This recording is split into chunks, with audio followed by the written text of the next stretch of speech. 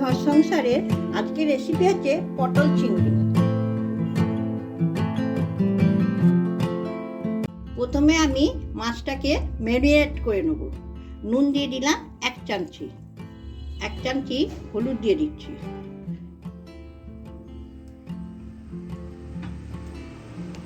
এক চামচি লঙ্কা গুঁড়ো দিয়ে দিচ্ছি। এবার ভালো করে নুনটা, লঙ্কাটা, হলুদটা দিয়ে ভালো করে মেখে নিলাম।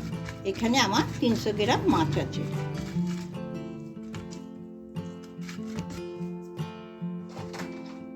তাতে আমি সর্ষের তেল নিয়ে নিচ্ছি। এখন অল্প করে একটু নিয়ে নেব চিংড়িটা ভাজার জন্য। এবার চিংড়িগুলো আমি ভেজে নেব।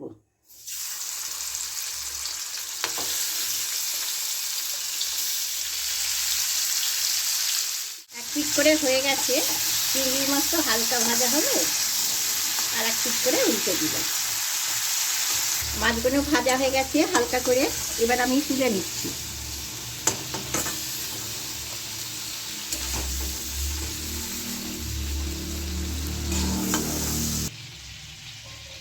আমি আবার সর্ষের তেল নিয়ে নিচ্ছি আলু পটলটা ভাজবার জন্য। আমি প্রথমে আলুগুলোকে একটু ভেজে নেব লাল লাল করে। লাল হয়ে গেছে, এবার আমি আলুটাকে তুলে নেব।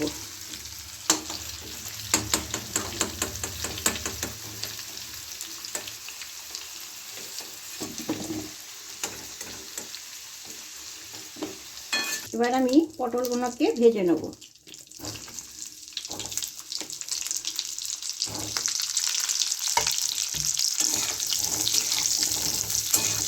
এখানে 100 পটল আছে।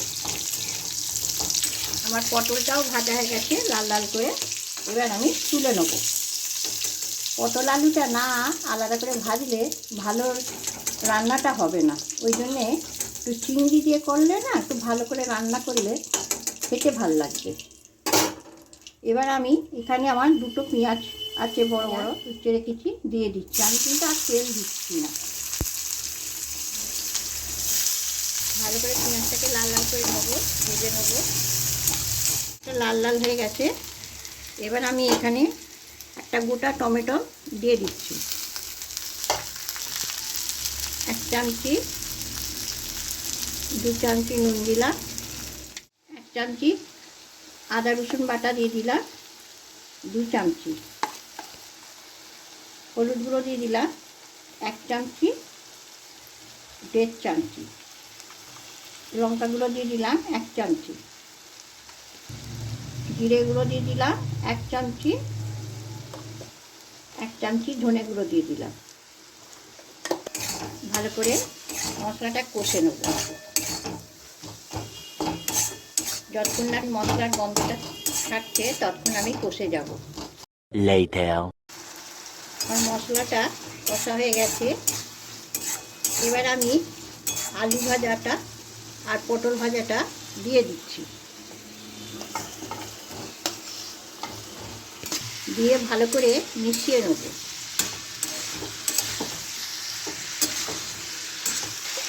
একটা ঘরে তৈরি মশলা, চাট মশলা মতন করে রাখি, আমি সব তরকারিতে দিই। এবার 1 চামচি দিয়ে দিলাম। খুব টেস্টি হয় পটল চিংড়ি বলে আমি একটু মিষ্টি মিষ্টি হবে বলে আমি 1 চামচি গুড় দিয়ে দিলাম। চিনিও দেওয়া যায়। দেবো।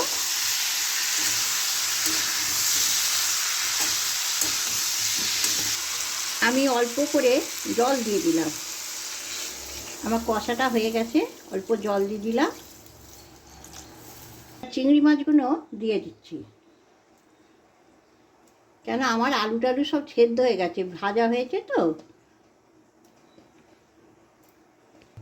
10 মিনিটের জন্য ফুটে গেলে আমার তরকারিটা কমপ্লিটলি রেডি হয়ে যাবে।